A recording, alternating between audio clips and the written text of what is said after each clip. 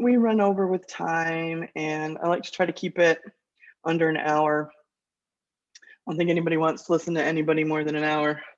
So, so as entertaining as I might be, I try to keep it down. That was a joke. So you should have completed discussion number 1 this weekend and the responses. I want to talk about that just a little bit. I have not graded them yet. I did take a peek last night and this morning at what had been submitted, and I think that for the most part the responses look like they're in good order. I skimmed some of them and I saw that people were engaging with the material, which is the main criteria. We do have another discussion due this Friday, discussion number 2. It's about Canterbury Tales, and I will preview that for you. It's been in the unit, but we'll talk about it a little bit toward the end of the class period today. I do want to mention that I noticed in pretty much all the classes an issue that I want you to resolve for this next discussion, if this pertains to you. So I know that one of the things that you can do when you are responding to your classmates is that you can put in criticism and say, you know, I don't agree with you on this, or compliments about how the other person wrote their response. But you need to make sure that your responses engage with the opinions about the literature that the person was writing about in their initial post. If when you write back to somebody, all you say is, I like how you did your first paragraph, you had some really good ideas, nice job with the quotations, or I don't think that you gave enough support, but you never connect that to any statement about the literature, then that's not what we're looking for. You can certainly put constructive criticism in there, but it should be more like, I noticed that you made this argument about Beowulf and his heroism.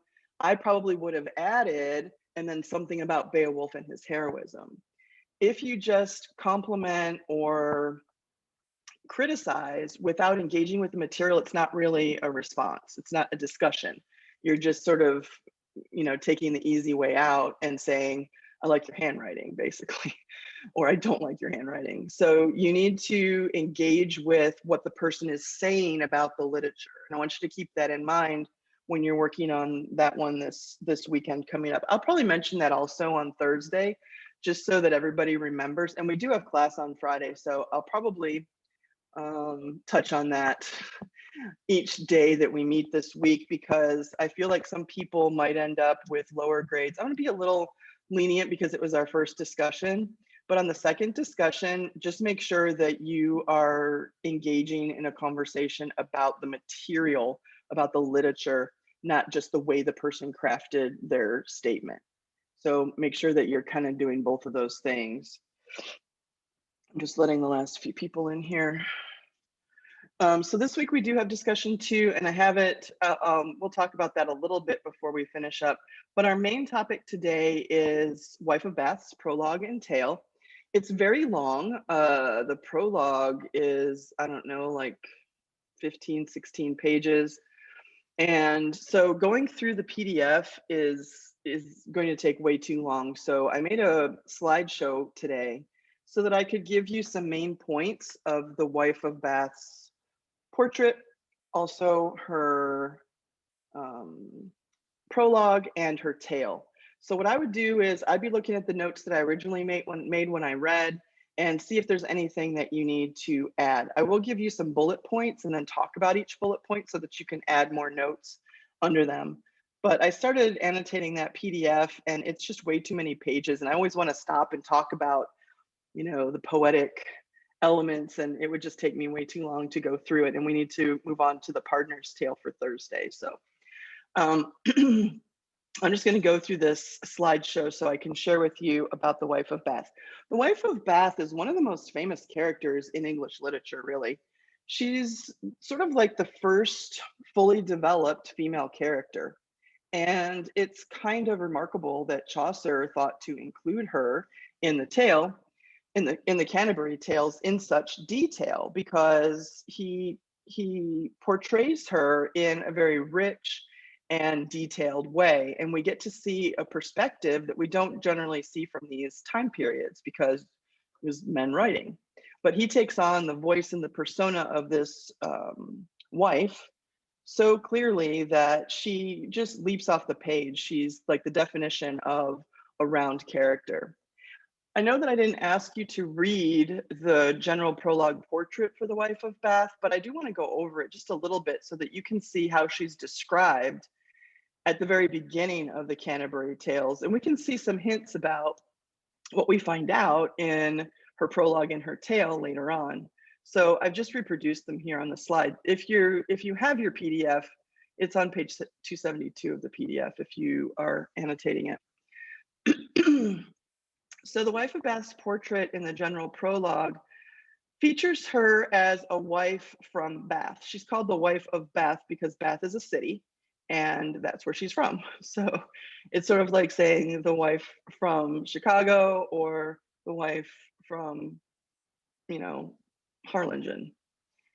She was somewhat deaf, and we know why from her prologue, right? And she made cloth. Now, by that, they mean she made handkerchiefs. So she was like a fine weaver of fabrics. And she was fairly well off. And the reason we find out later is because she's been married 5 times, and her first 3 husbands were wealthy. And she has inherited all of their estates over the course of time. So she's the type of person, the portrait tells us, that she wants to bring her offering to the church, and she wants to be the first one to give her money at church so that everybody can see her do it. So she's kind of a little ostentatious in that way. And if somebody got there before her, she just wouldn't give. She has red stockings and a red face, it says, right here it says, her hose were of fine scarlet red. That's unusual to be wearing red stockings.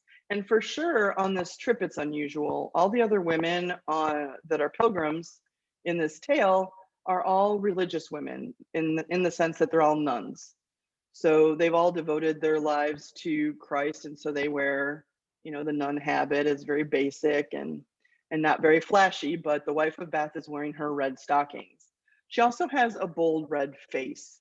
And for the middle people in medieval times, that would have meant that she was robust, she was strong, she was vibrant, that kind of thing, as opposed to pale and sickly.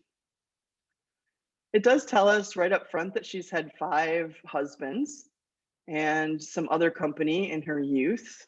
So clearly she's not virginal. Oops, let me go back. She's not virginal. And the reason I mention that is because, as you know, in her prologue to her tale, she makes a big deal about the difference between women who are chaste and women who get married. And that is a definite debate point in the society at the time.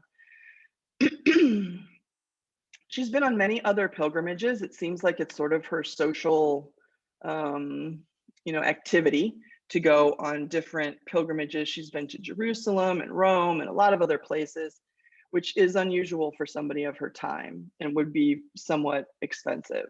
So this little trip to Canterbury is kind of a minor trip for her. It continues on the next page. She's wearing a wimple with a hat. A wimple's a funny word. I should have put this picture over here. This part right here that she's wearing under her hat, this white part that covers her hair and under her chin, is called a wimple. Usually we only see that with nuns, but it was a style back in the Middle Ages. The nuns just sort of keep wearing them. If you've ever seen like not Gone with the Wind, The Sound of Music, there are nuns in there, and the wimple is the white part that they wear around, and just their face sticks out. That's the white part. So she's got a wimple on and this big old hat. She's also got large hips, this wife of Bath.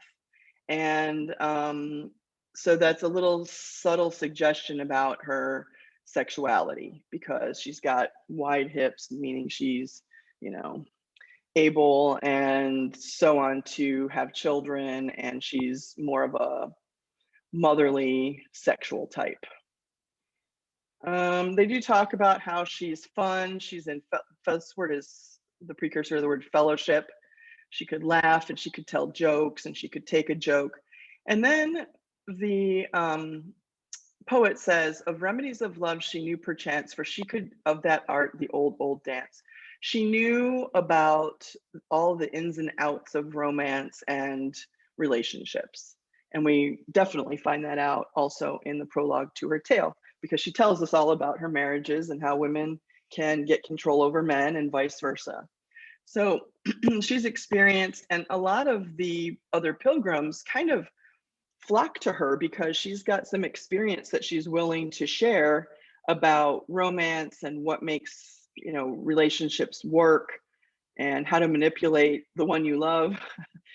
And so they all want to hear about that. They're all anxious to hear about it. The other women on the trip don't have any experience in that because they're all nuns, so they don't have anything to say about it. But I just wanted to preview that portrait before we get into the prologue, because it tells us a little bit about her before we even get into her prologue and tale. So in the prologue, I'm just going to put some topics here as I talk about them. You can maybe use them as an outline or, you know, a main point, and I'll talk about each one as I go through. It's easier for me to do that than to go through the whole prologue page by page with this one. But if you do want to look, this is pages 219 to 318 in the text. So like almost 20 pages. I'm just going to sort of get to the main points that the wife makes. So they're all sitting around listening to the wife of Bath talk, and she starts talking about marriage. The idea of married women versus chaste women and the importance of each was debated a lot in the Middle Ages, because the church came out with some ideas about chastity that she definitely disagrees with. But one of the first things that the wife of Bath says is that marriage is always difficult because two people have to get along for their lifetime, or at least until one of them dies, right? And well, for her, 4 of them, because she was married 4 times. And she says it's always about control. And there's like this constant debate between the married couple about who's in charge of what. And she says husbands suffer no matter what. No matter what happens, husbands will suffer because either their wives aren't behaving the way that they want them to, or their wives are giving them a headache or something like that. And she says, I know because I've had 5 husbands. I know how it works. She also says that chastity, the ideal of staying virginal throughout your entire life, is the ideal that the church set out, and she disagrees with that concept. And she has a lot of arguments about it. She says that chastity is nice. You know, it's nice to take all the virginal women and the women who have vowed their lives to God or have just decided that they're not going to be engaged in any sexual activity, they're not going to get married or whatever. It's nice to put them up on a pedestal and think of them as pure, but that doesn't make them any better than the women who don't decide to do that or aren't, you know, brought to that kind of life. But in society, she says those women are given more credit, and that's not right. She says it's not even practical. And she gives a few reasons for that. She says, you know, we shouldn't look down on women who are married because we need them. How are you going to get more human beings if there aren't some women who marry and have children and all of that? You have to, you know, God intended a balance between those 2 types of women. She says, let's not look down on the women who are married, just like we don't look down on the dishes that we use every day to eat our food. She uses 2 kitchen metaphors, actually, which I think is interesting that she chooses kitchen metaphors. One is she compares women to dishes, and the other one is she compares women to bread. And the reason she does that is to say, you know, you can have fancy dishes on the shelf that you never use, but they're not practical. Does your mom have a set of dishes that, belong to somebody or are so fancy that you never really touch them? My mom did, or silverware or, goblets or something like that. But then there's the glasses and the silverware and the plates that you use every single day. So she says married women are like those plates. They're in service to you. They're doing something for society. How are you going to eat your dinner if you don't have, even if it's chipped, this plate, this wooden server? The fancy stuff that's over there is nice to look at, like the women who are chaste, but they're not providing anything for anybody except something to look at. The other example with the bread, she compares married women to barley bread, which is, I guess the equivalent would be wheat bread. So to get white bread, you have to bleach the flour. And that was a step that was very expensive in the Middle Ages. They had white bread, but it took a lot for them to bleach it. So most of the time, what happened was they used, I need some bread, let me grind this wheat, I have flour, now let me make my bread. Just let's get this bread on the table so that we can eat. If you wait around for white bread, you might starve to death. So she compares those pure women to that pure white bread.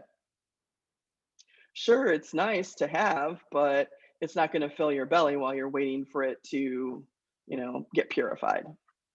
So she argues with the church basically about the idea that chaste women should be exalted over regular women who have families and provide and all of those things by using those metaphors. She also said that God obviously made women to not necessarily be chaste because he gave us reproductive organs. If he gave women reproductive organs, he must want them to procreate. And the way you do that is, by having sex.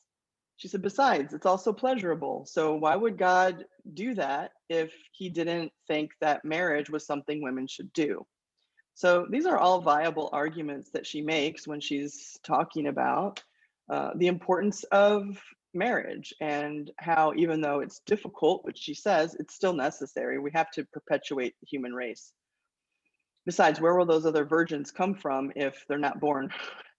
So she makes a strong argument for chastity as not the end all be all of what a woman should be.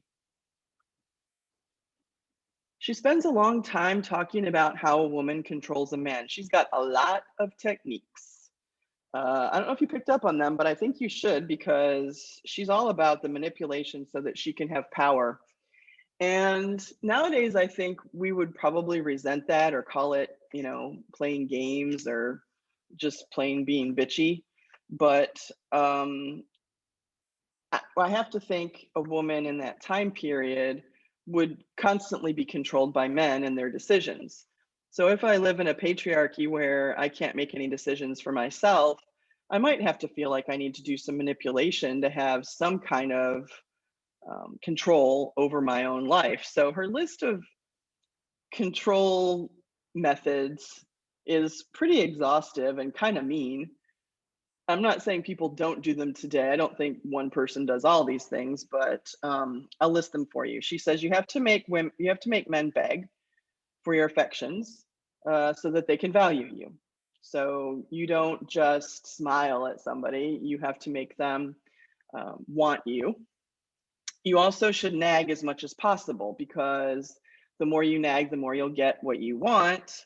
And any slightest bit of affection that you give them will be like joyful to them. So if you're always in nag mode, the one time that you're in nice mode will yield you a lot of results, because they'll be so happy that you're nice to them for once. She says you should make your husband feel like everything he does is wrong, because then he'll try harder.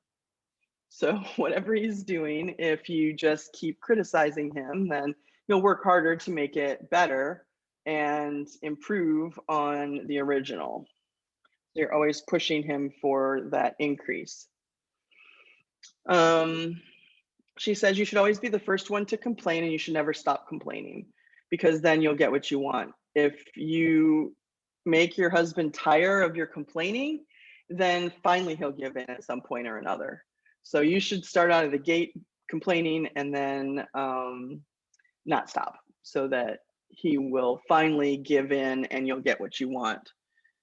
You should make them feel guilty. You should make them think that you are jealous. All of these traits that I think we kind of, in general, don't want in a mate. What else? You should always be looking for your next husband, and you should let him know that you're always looking for your next husband. So he's not, full of himself, that he's the only one who's around. She's got all those sorts of techniques, and all of the men on the trip are super anxious to listen to her because obviously they can learn about the manipulations of women and avoid them themselves. But she does also talk about, they ask her, well, then how does a man attract a woman, right? Like you're talking about all the things that women do, but what can a man do to get the woman that he wants? And she says two things. Number one, you need to play hard to get. Woman wants to know that she has conquered something, that she's achieved something. So you have to make her think you don't want her. But you need to string her along just enough so that she has interest. Be that forbidden fruit. She says women love that. Then she says that the other thing is men shouldn't tell their faults. She says it's a big turnoff when men tell me that they have this or that or the other problem. She says, I don't want to hear their problems. I don't want to hear their flaws. Save all that for later if we get to that point. But she says those are the two things that men can do to get the woman that they want. The last thing she talks about in her prologue, toward the end, is all of her own marriages. She's married now to her fifth husband, and Jenkin is his name. Her name is Allison. We don't find out until later, but her name is Allison. And she talks about how she had 3 good marriages and 2 bad marriages. The first 3 were to old guys who had a lot of money, and those were the good marriages because they were tired. They gave her what she wanted. She didn't have to have sex with them a whole lot. And then when they died, she got their money. And so now, after 3 of them kicked the bucket, she's got a good income. She's got a good status. She's got enough money and land, and she's inherited from those husbands. So with her last 2 husbands, they were problems for her because they were young and they were feisty and they would argue with her. Her last 2 husbands have been younger than her because once she's got all the money, now the younger men want to come to her for the same reason that she was going to her first 3 husbands. And so she talks about how she's had difficulty with them and she's had to really use her manipulations. She was married off when she was about 13, I think she says 12 or 13, which is common for the Middle Ages for 2 reasons. I don't think this is in the background information. So 2 reasons. One is the lifespan. Life expectancy was pretty low, around 45 or 50 at this time, and also in the infant mortality rate. So usually a 13-year-old girl, like as soon as she became a woman, would generally be married off to an older man, probably in his 30s, because he would need to be an established person with money and all that stuff. So to us, that's really weird and kind of gross. But back at the time, it was necessary because you would need to, the infant mortality rate was about 50%. So if you wanted 4 of your children to survive into adulthood, you basically needed to be pregnant 8 times because the babies weren't going to make it. They didn't know about nutrition. They didn't know about the human body. They didn't know a lot of things that we know now. And so she was married off when she was 13, which a lot of young girls were, to somebody who was like their parents' age. What else? Oh, she talks a lot about her latest husband, Jenkin. Jenkin is her 5th husband. She's married to him now, and he's 20 and she's 40. And she talks about how she picked him for her fifth husband because she saw him at her fourth husband's funeral and she couldn't stop looking at his legs. So she ended up with Jenkin. But Jenkin doesn't like her manipulations, how naggy she is, and so on. And so he's always reading from this book about wicked wives to try to teach her a lesson. He always reads it out loud to her. And it's all about, ancient wives that were horrible, like Clytemnestra and, all those women. And she gets tired of it. And so she picks a fight with him about it. And he ends up throwing the book at her. Like literally, he throws that book at her head and it hits her. And she goes deaf. She falls down and she makes a big dramatic deal about it. Oh, I'm dying and all this stuff. And he's so overcome with what he's done and that now she's got the upper hand on him because forever in their marriage, she can say, oh yeah, remember that time that you threw a book at me and made me deaf? And he can't really say anything because he did do that. So she talks about how she gained control over him and she's thinking about her sixth husband. So that's the wife of Bath. It's a lot of detail about her that we learn in the prologue. Is there anything from the prologue that you read that you have questions about that I didn't go over? I just kind of hit the main points there.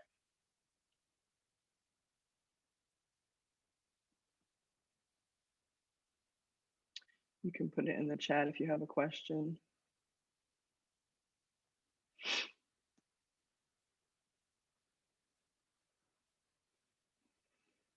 Okay, after that follows the plot of the Wife of Bath's tale. So after that, she tells her story, which is about a not so chivalrous knight. And I want to go through the basics of the plot. There are more details, but I want to go through that. And then I want to talk about some of the issues and questions that the Wife of Bath brings up philosophically at this time. And then I have a little video to show you of the tale. There's like a animated version of the Wife of Bath's tale that I want to share with you. So if something pops up in the chat, I will be glad to answer it. So basically, the Wife of Bath tells a story about this knight of Camelot who, that should remind us of Gawain. Some of the same characters do show up. Arthur is in this story and Guinevere's in this story.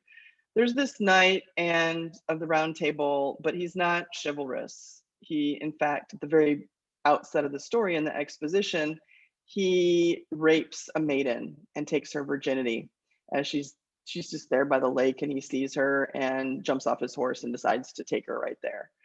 And this transgression is horrible, and so he's brought into court, and Arthur gives Guinevere permission to take care of business. He says, you handle this. And so in those two encounters, we see almost the opposite types of male-female relationships, which the Wife of Bath is always talking about.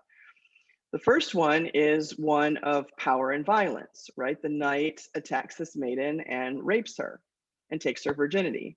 In the other relationship, Arthur and Guinevere, we see a relationship that is more even.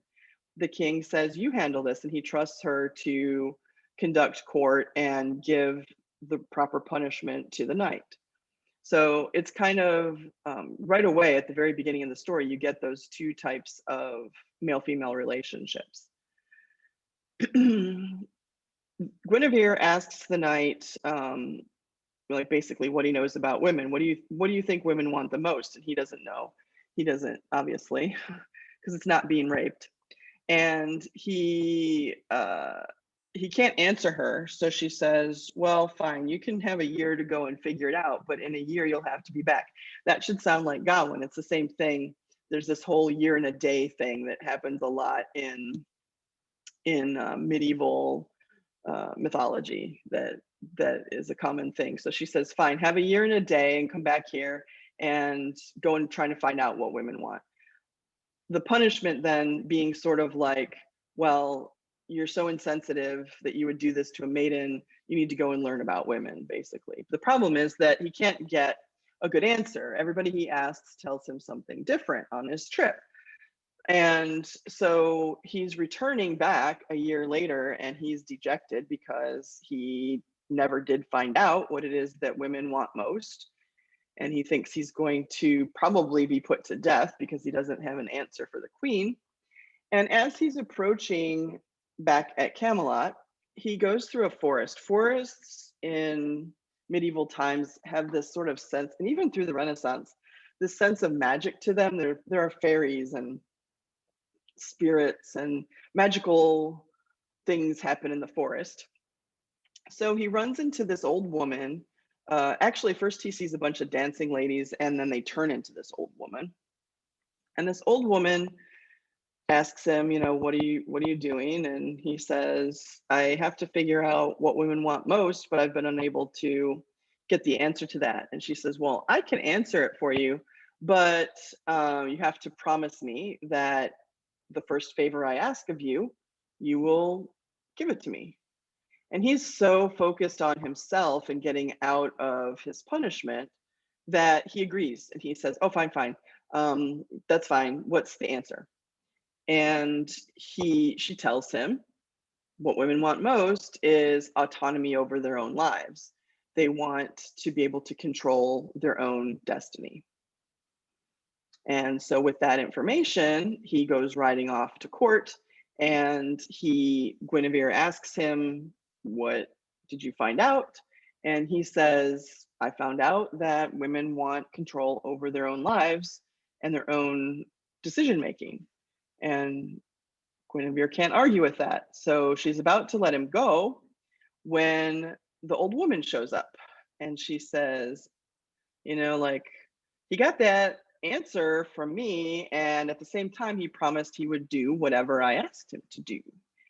And the you know, Guinevere is intrigued, and the old woman says, marry me.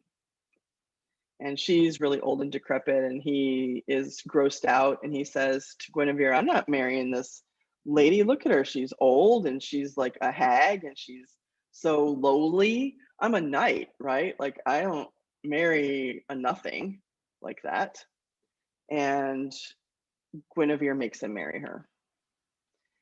On their wedding night, he's disgusted. He doesn't want to sleep with her. He doesn't want to look at her. He doesn't want anything to do with this old hag. And in the video, you'll see that they exaggerate that a little bit. Her qualities of being old, you know, because she's like baggy and saggy and all that, wrinkly and bony. And so he doesn't want to touch her, and he's really moaning about it. And she says, look, at least you know that I'll be faithful to you. I'm old. We can have a life together. Nobody else wants me, so you don't have to worry about me fooling around with any of your friends or anything like that. I'll be old and faithful to you. And she said, if I was young and beautiful, you'd have to worry about me all the time, whether I was stepping out on you and so on. So which one do you want? Do you want me old and faithful or young and unfaithful? Like, what kind of wife do you want? And he can't decide. In some versions, he decides and he says, well, I guess old and faithful. And she rewards him with being young and faithful. In other versions, like the one that we'll see in the video in a few minutes, he learns his lesson about the power structure, and he says to her, you decide. And that's her winning stroke, because the decision is up to her, and she rewards him by being young and faithful to him. So it's about the power struggle between men and women in that way. All right, so last slide with info on it is pretty important. There are a lot of things that this tale brings up, and things that by indirect merit Chaucer is bringing up about society. The first one is, what is nobility? Does one's position in society equal nobility? In other words, just because you inherit money or a title or land, does that mean that you are noble? Well, that's what we call nobles in our caste system, right, at this time. But just because you have those things, does that make you a good person? Like, can you be noble in character without having money? So it brings up that issue of, are you noble because of your position in society, your money, or are you noble because of your actions? You know, what is the nature of mobility and nobility in general? What makes someone noble? A knight is supposed to be noble, but the knight in the Wife of Bath's story is not noble on multiple counts. He commits a crime. He doesn't really learn his lesson. He's not invested in learning anything about women. He doesn't want to take his punishment. He's too vain to accept and follow through on the promise that he made to the old woman. So are any of those things noble? No, but a knight of the round table is supposed to like naturally be noble, like we see in Gawain as he's being tested. So this story brings up those questions. It also brings up the idea of, what do women want? You know, never, probably a whole generation or 50 of men never really thought about what women really wanted, because here they are doing their woman things. But Chaucer brings up through this character the idea of, well, gee, maybe women do have, you know, wants and desires and things that they want for themselves, and should we care about that? Like, I don't know. Maybe they're people and they have goals for themselves and other things besides being servants to men. So it brings up that idea as well. And Chaucer's the one who's bringing it up. He just does it through the mouthpiece of the Wife of Bath. The Wife of Bath directly in her prologue brings up the idea of, is there more value in a chaste woman as opposed to one that marries? I already talked about that argument a lot, but it's something that would have been kind of a new idea at the time. And so that idea is brought into the circle at this time with this tale. And where does the power really lie? If a man is in charge of his household, then what's the woman's role? I don't know. I've heard a few different sayings. You know, if the man is the head of the household, then the woman is the neck, the one that supports it. And without the neck, the head is not too important. I don't know. But obviously, they're talking about these types of relationships, and Chaucer's bringing up these issues, not just religion, questions of religion, but questions of male and female relationships. All right, anything else you want me to go into detail about on that before we watch the video?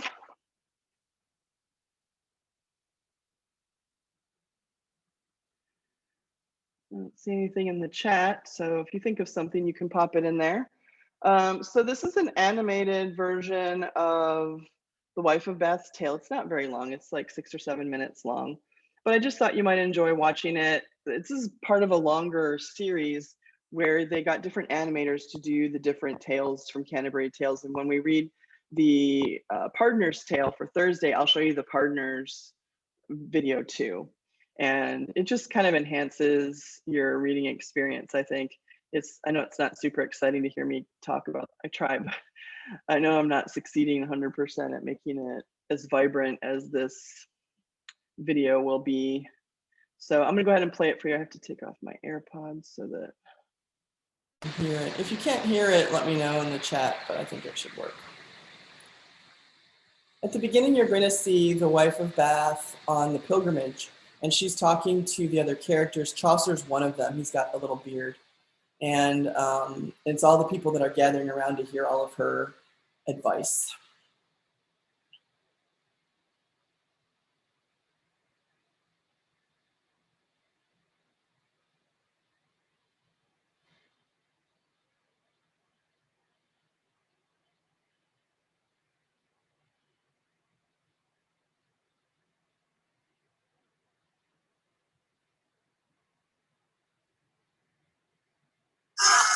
Madam, what a delightful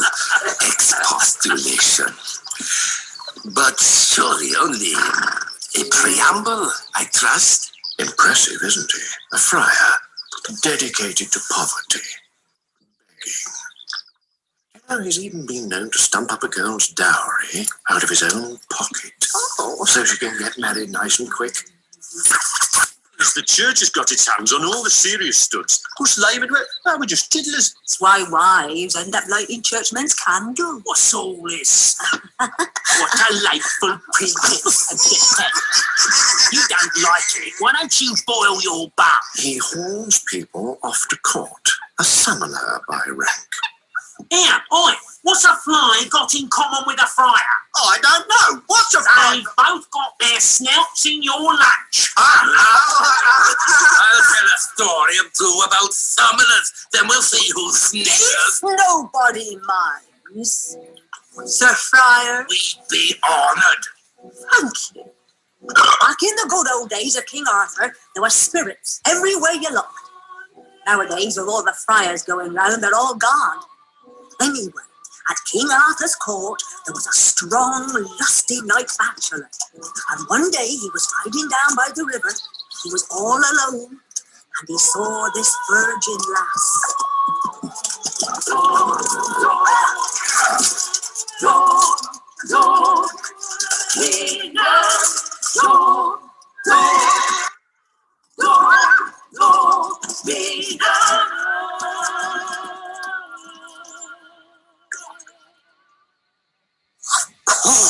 There was an absolute outcry. Arthur gave him over to Guinevere. She should choose whether to save his blood or spill it. I'll spare you if you can tell us What do women most desire? Right, speak up. An answer to that will keep your neck bone safe from this hard iron.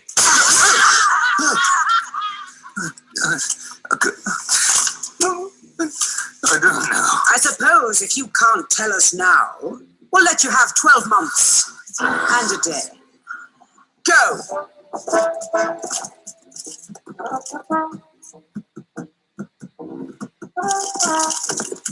He went to every door and every town where he could hope to unearth the answer, but everyone had a different idea.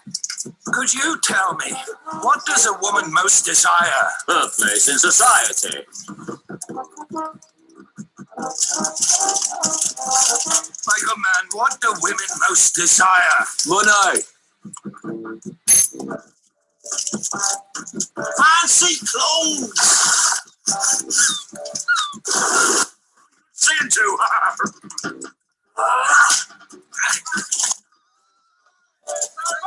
The day had come that he must turn homeward.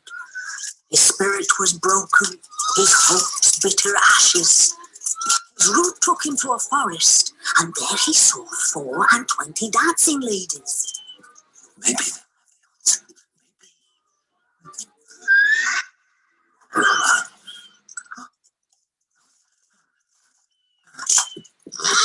No way through here, sir. Tell us what you're looking for. Mother, what do women most desire? If you can tell me, I'd make it worth your while.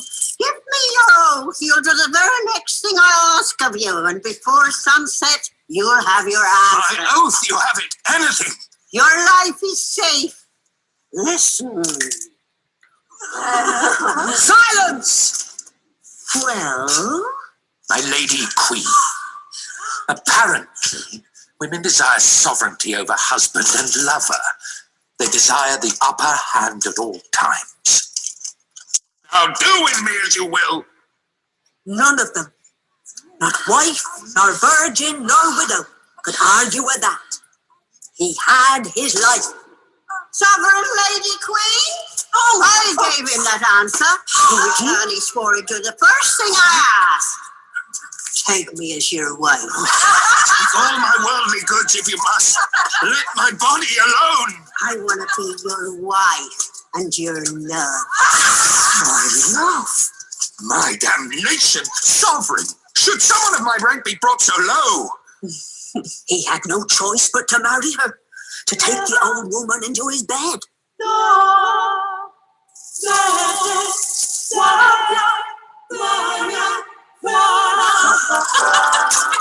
And as for all the rejoicing and all the arrangements for the wedding feast, there wasn't any. No joy, no feast. He became her husband in a private ceremony and spent the day hidden like an owl. Darling husband, are all Arthur's knights so hard to please? I've saved your life. What have I done wrong? Oh, Tell me.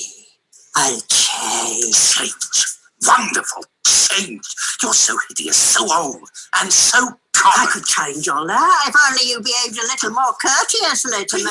surprised at me? You're talking ability, arrogance. The man who attempts the noblest deeds. He's the noblest Always man. be old, always Then ugly. you need never fear a rivals. You have a choice. Plain and old, but your faithful, obedient wife. Oh, young and beautiful, and danger whenever friends visit our house. Whatever you prefer. Oh, I put myself in your hands. Whatever you want, my wife pleases me. Do I have the upper hand then? Do I make all the choices, all decisions? That is best. No more arguments. I will be beautiful and true. Look at me. Yes.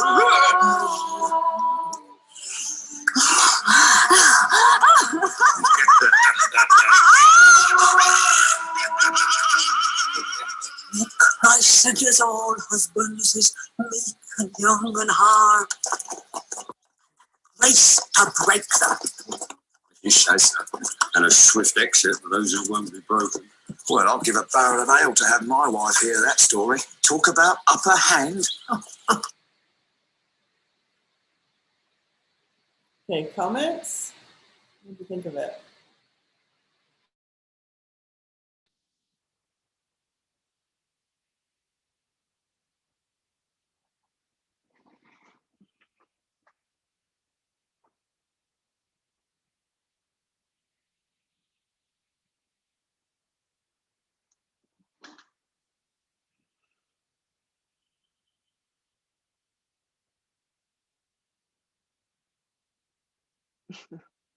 Yeah.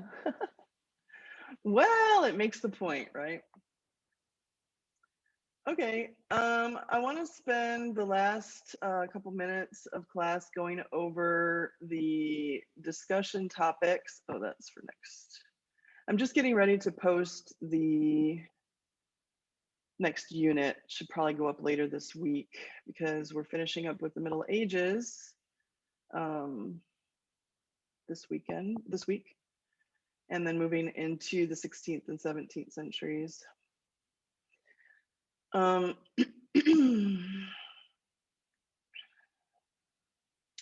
discussion for this week is about Canterbury Tales. And you can see it here at the bottom of the unit, or you can also see it in the discussion board. The topic is, the first part is, discuss whether or not Chaucer is a feminist and whether or not The Wife of Bath's Tale is a feminist story. They do have some background information on feminism. I think that we're all pretty well versed in the idea of feminism, but if you need to refer to that information to make sure that you're responding to the definition of feminism that they're asking for, then you can look there. They also want you to comment on Chaucer's use of comedy and satire to call attention to the blindness, excesses, and injustices of various social groups through mockery and criticism. You're going to see that more in the Partner's Tale, but I do think that you can make a case for some of that showing up in the Wife of Bath's Tale. So on Thursday, we'll be talking about the Partner's Prologue and Tale. And on the calendar, you can see the pages in the PDF for that. I do think that it would be a good idea for you to work on your answers to these questions, especially you should be able to answer this part now that we've gone over the Wife of Bath's Tale. And just kind of keep a document going. I know that 500-word post that you need to check for grammar and organization and all of that is sort of a lengthy task to do on the day that it's due. So you might just want to think about getting a document, opening it up, working it through as you read through the week, as we discuss, and then that way you've got a lot of ideas that you can craft into a final form when you submit. Remember that grammar, punctuation, all that stuff counts. On the discussion, when you actually go to the discussion forum, you will see that there's a link to all of the requirements and the expectations for the discussions. I don't know why that's not opening.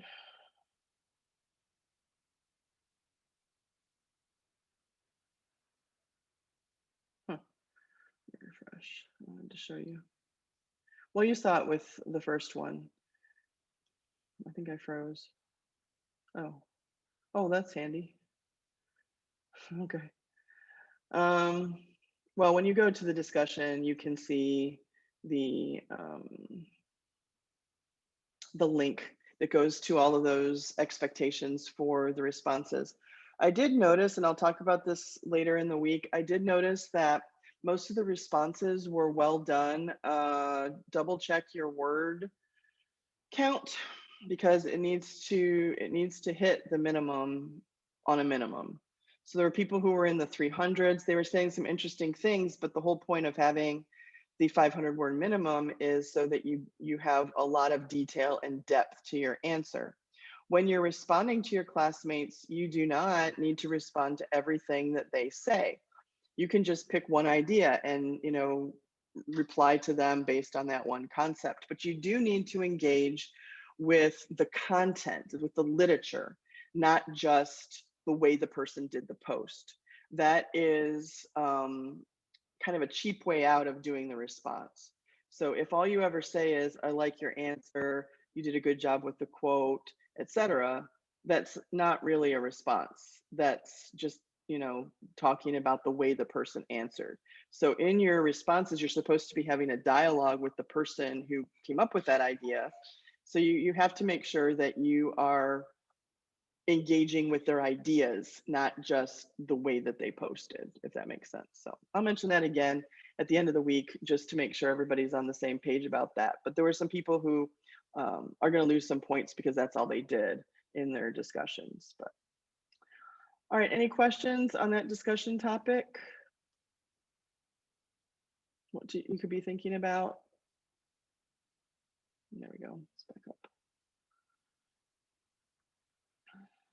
Okay, well, for Thursday, we have class Thursday and Friday this week. So on Thursday, we'll talk about the partners, prologue, and tale. There's also a study guide for the Canterbury Tales.